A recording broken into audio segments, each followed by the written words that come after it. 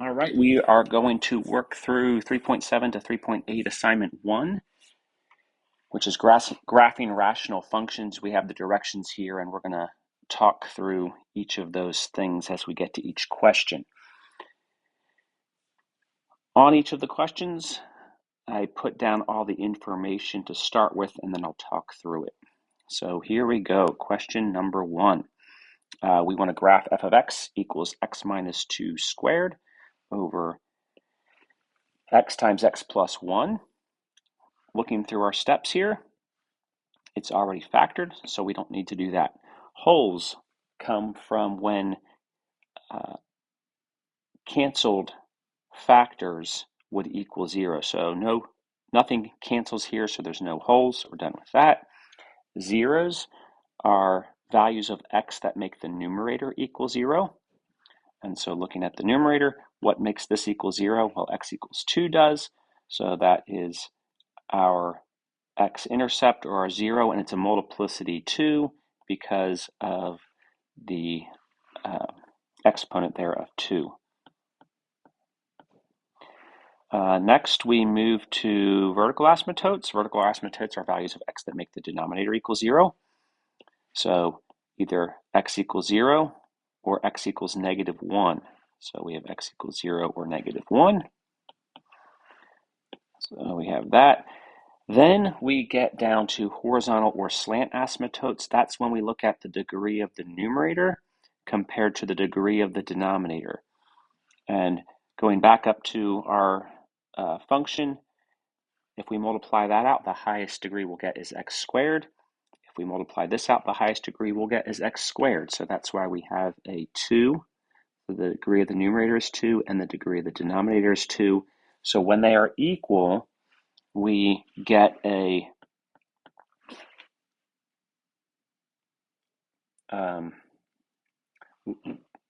horizontal asymptote of y equals the leading coefficient of the numerator over the leading coefficient of the denominator. If we multiplied this out, we would just have a 1x squared, and we would have a 1x squared. So that's where the 1 over 1 comes from. So we have that. We have, oftentimes we try to look for our y-intercept. There isn't one because we put in 0 for x to find the y-intercept, and putting 0 in for x is a vertical asymptote, so there is no y-intercept. So coming over to our graph, we have a 0. So looking through our zeros at x equals 2, multiplicity 2. So remember, when we have multiplicity 2, a lot of times we put an x because when it's an even multiplicity, we know that it bounces off the x-axis. And so I already put the vertical and horizontal asymptotes in there. So now what we do, the vertical asymptotes split this into 3 different sections. So we have this section, this pink section, and then this green section. And so we have 3 different sections. We must see what the graphs are there. And so what we like to do is we like to use intelligent graphing. So even there I have vertical asymptotes split the graph into different sections. Figure out, and that's going to be wrong on every single one, where one of the sections is, and then use zeros and vertical asymptotes and horizontal asymptotes to aid in graphing. So a lot of times what we do is we choose one section, so looking at here, and we kind of think using the asymptotes, what 2 options do we have? So using the asymptotes, I either have, let's graph these in black, it could be here,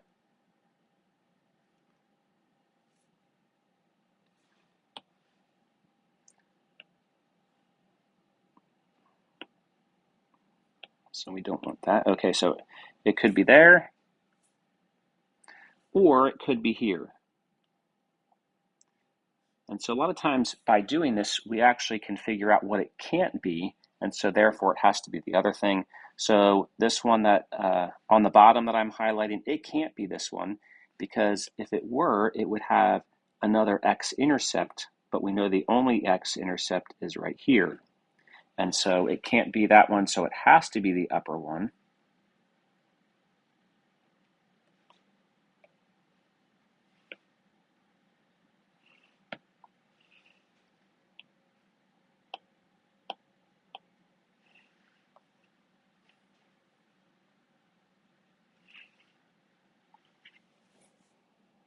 It has to be the upper one. So that's there. And now we can work our way across. This asymptote right here comes from the -1. That was multiplicity 1. So the graphs have to go in opposite directions. It's pointing up to the left of that asymptote. So to the right of it has to point down. And we actually don't do this necessarily too accurately. So this goes up. Again, there's no x-intercept there, so it just has to turn around and go back. And so it looked like that. I don't know if that's correct vertically, like where that is on the graph, but it goes like that. Going to the next asymptote at 0. So next asymptote here, x equals 0. That's multiplicity 1. And so again, it has to be in opposite directions. And so it has to start up. And then we come to the 0 here. And first we'll just mention we can cross through horizontal asymptotes kind of in the middle of the graph. Horizontal asymptotes just have to do with what happens at the ends, like the end behavior. So it comes, it has to hit the 0, but it's an x. That reminds us that it bounces off there, and then it gets closer and closer to the horizontal asymptote. So that black graph there is our graph for number 1. Going on to number 2. We have our information here. It's already factored. Looks like x minus 1 and x minus 1 will cancel. So what value of x makes that equal 0? X equals 1 does. So we're going to have a hole at x equals 1. What we often do is put just an O here at x equals 1 to remind us. Sometimes we can put it here or maybe at the bottom of the graph if we don't want it in the middle of our graph there. So there's a hole at x equals 1, and we'll determine exactly where that is later after we graph. Zeros, there's a 0 at x equals -3. So x equals -3. And so we want to put a 0 at x equals -3. Just one of them, it's not multiplicity 2, so we're going to put a 0 at x equals -3. Just put a dot there. We have a vertical asymptote at x equals 4 because of this, and it is multiplicity 2. So that's why I have that vertical asymptote at x equals 4. Horizontal or slant asymptote. We look at the degree of the numerator compared to the degree of the denominator. Looking back at our function here, the degree of the numerator, before we cancel, we could say, well, that's a degree of 2. The denominator, if we multiplied all these x's, it would be a degree 3. So that's we have the 2 and the 3 here.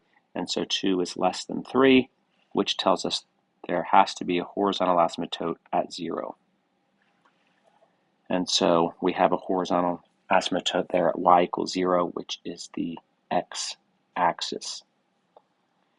And then in this case, we do have a y-intercept. The way that we find y-intercepts is we plug in 0 for x.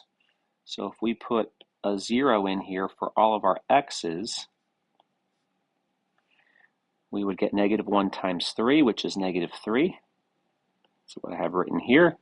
And then, careful, this is a -4. You would have a -4 times -4, which is +16 times -1, which is -16. And so a negative over a negative is positive.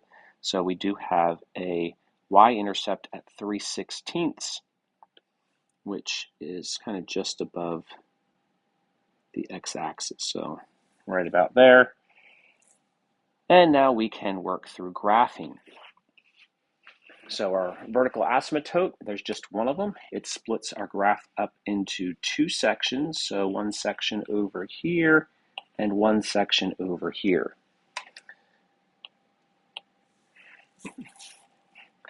This might be a little bit trickier. So our graphs here, using our vertical asymptote as a guide, it either has to start up here. Now this circle right here just tells us there's going to be a hole in our graph, so we don't have to worry about that yet or be concerned with that yet. That's one reason sometimes I like to put the O lower so we don't think there's something there. So I'll erase that and we leave the one below down here.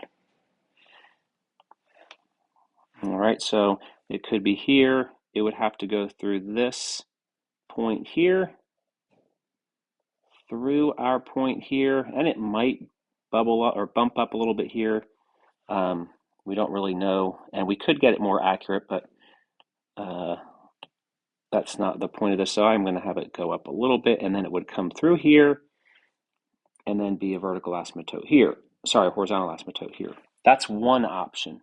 Our other option, I'll do in a different color, that would have to come up here, and the problem is it would have to hit this intercept, this y-intercept, but in order to do that, it would have to cross the x-axis, and there is no x-coordinate there, or x-intercept there, so it can't be the red one. It has to be that black one. And so let's get rid of that red. And then now we can do the other side of the graph. We can graph wherever this section is over here. And we know because of our vertical asymptote of x equals 4, it's multiplicity 2. So multiplicity 2 means we've kind of talked how it bounces off of infinity, or it just goes in the same direction. So it would have to look like this. And there is the graph of number 2. Moving on to number 3. We have this, it is already factored, so that's good. Our holes, there are none because nothing cancels. Our zeros are our x-intercept, our values that make the numerator equal 0. So what values make the numerator equal 0? -2. And there is an exponent of 2 there, so it's multiplicity 2. And so let's go ahead and put an x at -2. Remember, an x will remind us that it bounces off the x-intercept here. Onto our vertical asymptotes, that's what makes the denominator equal 0. That's just 0, and that's also multiplicity 2, so we'll have to remember that in a few seconds when we graph. Horizontal asymptote has to do with the degree of the numerator compared to the degree of the denominator. They are both squared.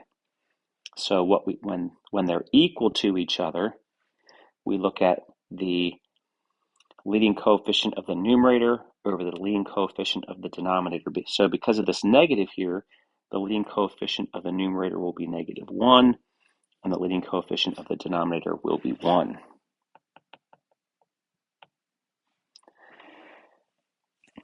And so we have our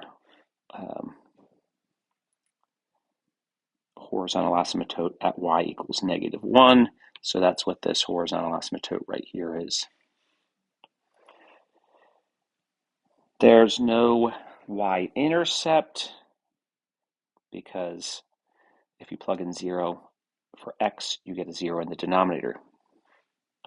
So now let's kind of consider our two sides of our asymptote. There's just one asymptote, which splits the graph into two sides. And so we're going to consider one or the other side. It sometimes matters, sometimes it doesn't. So let's actually, we started on the left the other time. Let's start on the right. So it could either be here, and we should already think, actually it can't be there because it has to cross the x-axis somewhere, but there's not an x-intercept there. So it can't be above there, which means it has to be on the lower side. So it has to look like this. And the reason I'm drawing it this way, it has to be vertically asymptotic here, and it has to get closer and closer to the horizontal asymptote here. So let's get rid of this other section. And now our vertical asymptote was multiplicity 2, which means these go in the same direction. So they're both down. We can think it bounces off negative infinity. So it is going to come up. Again, we can cross through horizontal asymptotes in the middle, but not at the ends. So it's going to bounce off because that's an x, that was multiplicity 2, and then it will get closer and closer to the horizontal asymptote. So there's the graph for question number 3.